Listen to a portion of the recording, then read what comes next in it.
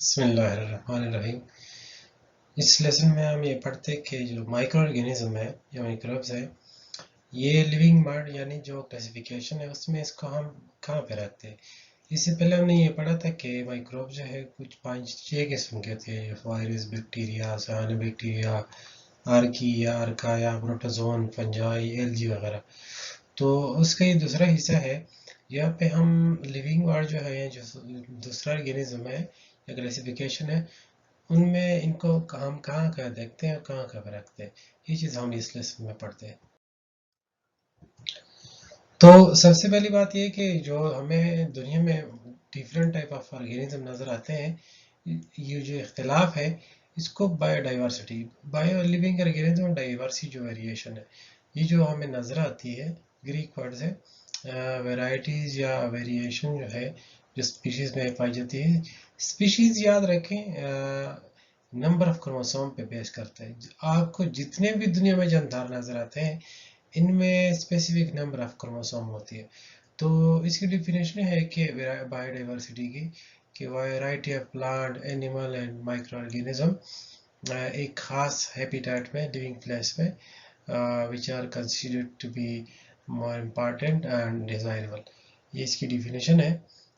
Living organism अर्थ पे आप जैसे देख रहे हैं यूनिफॉर्मली डिस्ट्रीब्यूट नहीं है।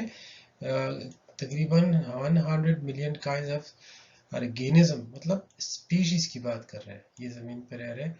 और ये हर तरह के क्लाइमेट्स में, एल्टीट्यूड यानी बुलंदी में, कंपोजिशन में वगैरह वगैरह इसमें पाए जाते हैं। फिर है क्लासिफिकेशन। बायोडाइवर्सिटी के बाद हम इसको क्लासिफाई कैसे करते हैं। ये अरेंजमेंट है ऑर्गेनिज्म इनटू ग्रुप एंड सब ग्रुप, किस बुनियाद पे? On the basis of similarities and differences. जो सिमिलर ऑर्गेनिज्म है उसको हम एक ग्रुप में रखते हैं, जो डिसिमिलर है तो उसको हम दूसरे ग्रुप में रखते हैं। बेसिस ऑफ क्लासिफिकेशन जो है, सबसे पहले आते हैं एरिस्टोटल की तरफ। ये ग्रीक ओरिजिन का था, यूनानी था। उससे अरिस्टोटल ने ज़्यादातर एनिमल पे काम किया, और वो एनिमल जो इनका हैबिटेट था एयर, वाटर और लैंड। इसका दूसरा जो साथी था, ये जो उसके बाद ये आया वो था, वो थियोफ्रास्टस था। थियोफ्रास्टस ने ज़्यादातर काम प्लांट्स पे किया। तो उस टाइम इस तरह सच क्लासिफिकेशन तो नहीं थी, और जो एनिमल्स या प्लांट्स अवेलेबल थे उनको ही उन्होंने क्लासिफाई किया। फॉर एग्जांपल फिश, उन्होंने कहा कि फिश और टर्टल को हम एक ग्रुप में नहीं रख सकते, और इसी तरह सवाल। तो वक्त गुजरता गया, जो कैरेक्टरिस्टिक डेवलप होते गए, उसमें प्रोकैरियोटिक और यूकैरियोटिक उन्होंने सेपरेट किए। बाद में यूनिसेलुलर और मल्टीसेलुलर, और ऑटोट्रॉफिक और हेटेरो या हेटेरोटिक। फिर इसके बाद आ गया मॉडर्न क्लासिफिकेशन। इसमें मॉडर्न क्लासिफिकेशन में जेनेटिक्स के ऊपर बेस करता है, ये एनाटॉमी के ऊपर, फिजियोलॉजी और एवोल्यूशनरी हिस्ट्री। ये बहुत एंसेस्ट्री जो है ये बहुत काउंट, ये चीज़ जेनेटिक्स और ये एवोल्यूशनरी हिस्ट्री, जहाँ हम एंसेस्टर तक कैसे पहुँच सकते हैं और कौन सा जानदार जो आज मौजूद है इसके फोर फादर किधर थे। तो मॉडर्न सिस्टम का बेस इसी चीज़ के ऊपर है। इसके एम्स ऑब्जेक्टिव ये है कि to determine similarities and differences, पहली बात यही है इसमें। और to provide idea about sequence of evolution, ये of organism from simple to complex, यानी जहाँ से ये जानदार शुरू हुए और या जो मौजूद है, इसके दरमियान में जो सीक्वेंस है ये तलाश करना। और relationship based on common feature, एक जैसे फीचर को हम एक जगह पर रखते हैं, डिफरेंट फीचर को हम दूसरी जगह पर रखते हैं। और इसके बाद है नेमिंग और प्लेसमेंट ऑफ ऑर्गेनिज्म, यानी साइंटिफिक नेम देना, नोमेनक्लेचर जिसे हम कहते हैं, और ये जो प्लेस है ये क्लासिफिकेशन है एक्चुअली। फिर हिस्ट्री ऑफ क्लासिफिकेशन है। एरिस्टोटल, जो मैंने आपको पहले बताया, अरस्तु जिसे कहते हैं, इसने ये ग्रीक फिलोसोफर था। एनिमल प्लांट पे क्या काम, उसने ज़्यादातर प्लांट एनिमल पे ही काम किया, और उसने प्लांट को ग्रासीज, बुशिज और ट्रीज के बेस पे क्लासिफाई कर दिया। एक्वेटिक और टेरेस्ट्रियल एनिमल को भी क्लासिफाई कर दिया। फिर थियोफ्रास्टस इसका सक्सेसर था, यानी इसके बाद आया, उसने ज़्यादा काम किया। इसके बाद डेवलप हो गया टू किंगडम सिस्टम। शुरू में दो ही किंगडम थे, एक प्लांट किंगडम जिसको प्लांटी कहते थे और दूसरा एनिमल किंगडम जिसको एनिमेलिया कहते थे। ये दो सिस्टम थे। तो हर वजनदार इसका सेल वाल पे मुश्तमिल था, उसको बॉटनी में रखा गया, और जिसका cell membrane outermost boundary थी उसको उन्होंने एनिमेलिया में रखा गया। इवन बॉटनी में यहाँ पे इस किंगडम सिस्टम के मुताबिक जो थैलोफाइटा है, थैलोफाइटा यानी थैलो means thallus like which is not differentiated into root, stem and leaves। इसमें एलजी रखे, एलजी, फंजाई और इवन बैक्टीरिया भी इसमें रखे गए थे, क्योंकि एलजी के ऊपर भी सेल वाल है, फंजाई के ऊपर भी और बैक्टीरिया के ऊपर भी। तो इस बेस पे इन्होंने इन माइक्रोब्स को भी इसमें रखा गया जिसको थैलोफाइटा कहते थे। अच्छा, सबसे पहले कैरलस लिनियस, इसको कार्ल वॉन लिनियस भी कहते हैं। 1773 में इन्होंने ये इसको फादर ऑफ क्लासिफिकेशन या टेक्सोनॉमी भी कहते हैं। इसमें ग्रीन प्लांट उसने रखे, एलजी, फंजाई और बैक्टीरिया, और एनिमेलिया में यूनिसेलुलर और मल्टीसेलुलर, प्रोटोजोन से लेकर एकाइनोडर्मेट तक, और फिर मल्टीसेलुलर।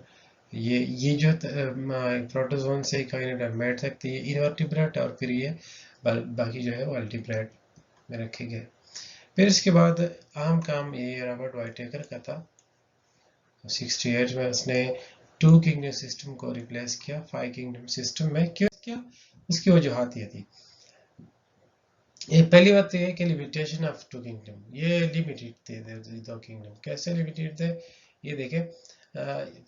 कुछ एनिमल ऐसे आ गए, जैसे फॉर एग्जांपल यूग्लिना है, ये 1866 में अर्नेस्ट हैकेल ने इसको डिस्कवर किया, तो इसको प्रतिष्ठा में रखा। यूग्लिना में कैरेक्टर्स है कि प्लांट और एनिमल दोनों के कैरेक्टर्स पाए जाते हैं। फॉर एग्जांपल इसमें cell membrane outermost boundary है और इस पर प्लास्टिक भी पाए जाते हैं, और डुअल कैरेक्टर की बुनियाद पे ये फोटोसिंथेसिस भी करते हैं। एनिमल लाइक कैरेक्टर भी है इसमें, जैसे मैं आपको बताया कि सेल वॉल इसमें नहीं है। तो इसको जैसे ये जो क्लेमिडोमोनास है उसमें भी यही है कि आई स्पॉट भी है जो एनिमल का कैरेक्टर है, और इसके साथ साथ क्लोरोप्लास्ट भी है, तो वो प्लांट का कैरेक्टर है। तो ऐसे जानदारों को उन्होंने फिर अलग किंगडम में रखा जिसको प्रोटिस्टा का नाम दिया गया। अच्छा, दूसरा यह था कि टू किंगडम सिस्टम में जो प्रोकैरियोट्स थे और यूकैरियोट्स थे उसमें कोई डिफरेंशिएशन भी नहीं थी। प्रोकैरियोट्स मैंने आपको शुरू में बताया कि बैक्टीरिया जो थे वो भी इन्होंने प्लांटी में थैलोफाइटा में रखे थे। अच्छा, फिर इसके साथ साथ फंजाई वजूद में आ गए, वो टोटली प्लांटी से भी डिफरेंट थे, और क्योंकि प्लांट जो है वाटर ट्रॉफ है, यानी सेल्फ नरिशिंग करते हैं। आटम मींस ट्रॉफ नरिशमेंट, और फंजाई जो है वो हेट्रो या हेटेरोट्रॉफिक है, और इसका सेलवाल फिर डिफरेंट है प्लांट से, वो काइटिन से बना हुआ है, यानी ग्लूकोज प्लस नाइट्रोजन अटैच होता है इसके साथ। तो इन वजूहात की बुनियाद पे फिर 5 किंगडम सिस्टम आ गया, और इस 5 किंगडम सिस्टम में हम आप माइक्रोब्स को रखते हैं कि कहाँ कहाँ पे पाए जाते हैं।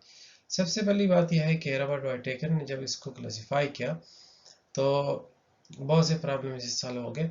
इसके बाद दो और साइंसदान थे जिन्होंने कुछ मॉडिफिकेशन की रॉबर्ट वाइटेकर के सिस्टम में। एक मार्गोरिस था और दूसरा श्वार्ट्ज। उन्होंने इस सिस्टम को मॉडिफाई किया।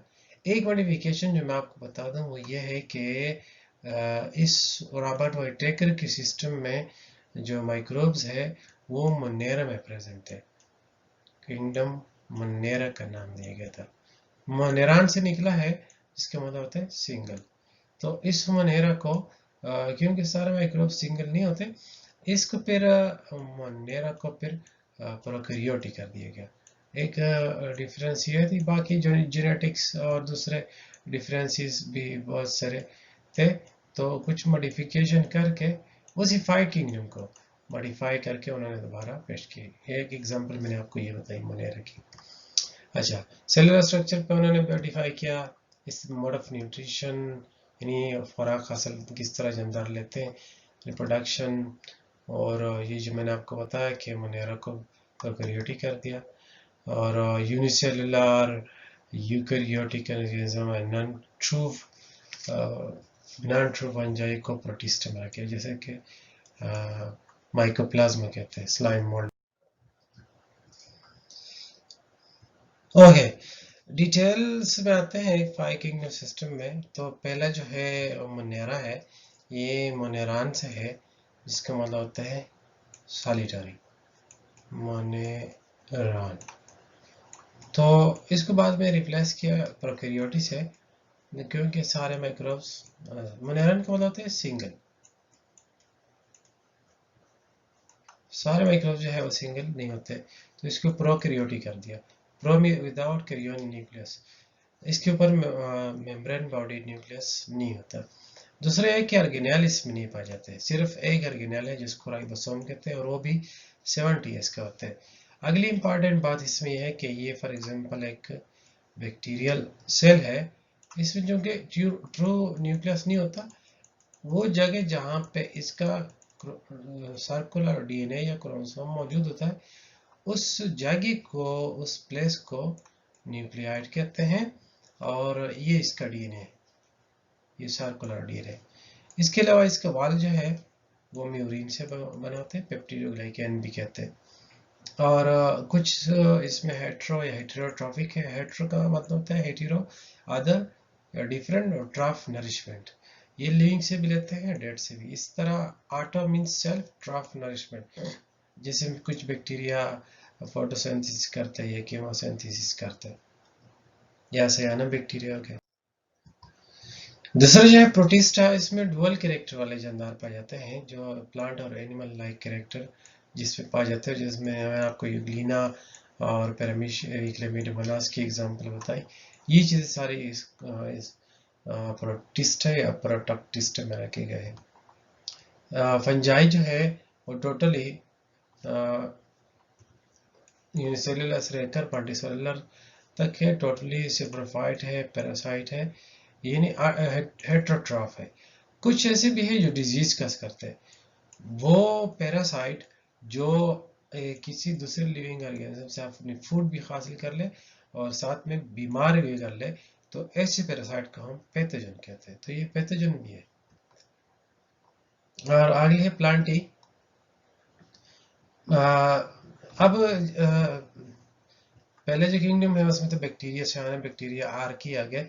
दूसरा जो है प्रोटिस्टा, इसमें ये पैरामीशिया, ग्लैमिडोमोनास, यूग्लिना, ये चीज़ इंपॉर्टेंट है, प्लाज्मोडियम आ गए वगैरह, प्रोटोजोन भी आ गए, और कुछ इसमें आते हैं फंजाई भी, कुछ यीस्ट वगैरह जो माइक्रोस्कोपिक है, या इसके जो हाइफी या माइसिलिया है वो इसमें आ गए। किंगडम प्लांट में ऐसे कोई माइक्रोब्स नहीं आता, सिर्फ एलजी के जो स्पोर है, माइक्रोस्कोपिक स्पोर, जिसे जू स्पोर भी कहते हैं, वो इसमें आते हैं। और एनिमेलिया जो है, एनिमेलिया में जो पुराने के मुताबिक जो प्रोटोजोन वगैरह या जैसे एमीबी वगैरह जो हमें बीमार करते हैं, एमीबियोसिस का करते हैं, वो इस किंगडम में आते हैं। ये कुछ फैक्ट्स एंड फिगर है 2 किंगडम और 5 किंगडम सिस्टम के, और ये इसके डिस्टिंग्विशिंग कैरेक्टर है ये वाले। फिर आते हैं वायरस की तरफ। पहली बात यह है कि ये यूनिक पार्टिकल है, ये लैटिन वर्ड है जिसका मतलब होता है वेनम, यानी लैटिन से निकला है वेनम, और इसका मतलब होता है पॉइजन। तो डिफिनेशन है इसकी, एन इन्फेक्टिव एजेंट, यानी जो इन्फेक्शन काज करता है, which consist of nucleic acid और प्रोटीन कोड। न्यूक्लिक एसिड या डीएनए होगा या आरएनए होगा, दोनों नहीं होंगे किसी माइक्रोस्कोप में, सॉरी किसी वायरस में। ये लाइट माइक्रोस्कोप से नजर नहीं आते, और ये इलेक्ट्रॉन माइक्रोस्कोप के जरिए ही आप देख सकते हैं। पैरासाइट ही टोटली, और लिविंग ऑर्गेनिज्म से ये जब ये इसके बॉडी के अंदर इंटर होता है तो वहां पे ये रिप्लिकेट कर जाते हैं, रिप्रोड्यूस भी नहीं करते। अच्छा, तो वायरसेस जो है ये यूनिक क्रीचर है और इसको हम बाउंड्री लाइन में रखते हैं लिविंग और नॉन लिविंग। याद रहे कि ऊपर जो हमने फाइव किंगडम सिस्टम पढ़े इसमें ये किसी में भी फिट नहीं। उसकी वजह यह है कि इसके दो तरह के कैरेक्टर होते हैं, एक इसके लिविंग कैरेक्टर है, दूसरे नॉन लिविंग। ये रेप्लिकेट करता है, यानी ये रेप्लिका बनाता है। रेप्लिका मीन्स कॉपी, ये अपनी कॉपी बनाते हैं। कैसे बनाते हैं? अपना डी इंजेक्ट करते हैं उसके अंदर और होस्ट के सेल को कंट्रोल करके उसके लिए कॉपियाँ बनाते हैं, फिर रिलीज होते हैं। इस वजह से इसको हम रिप्रोडक्शन नहीं कहते बल्कि रेप्लिकेशन कहते हैं। इसमें या डीएनए होगा या आरएनए होगा, दोनों नहीं होंगे एक वायरस में। फिर प्रोटीन कोड है, डीएनए भी लिविंग कैरेक्टर है, प्रोटीन जो है ये भी लिविंग कैरेक्टर है, इस तरह ये।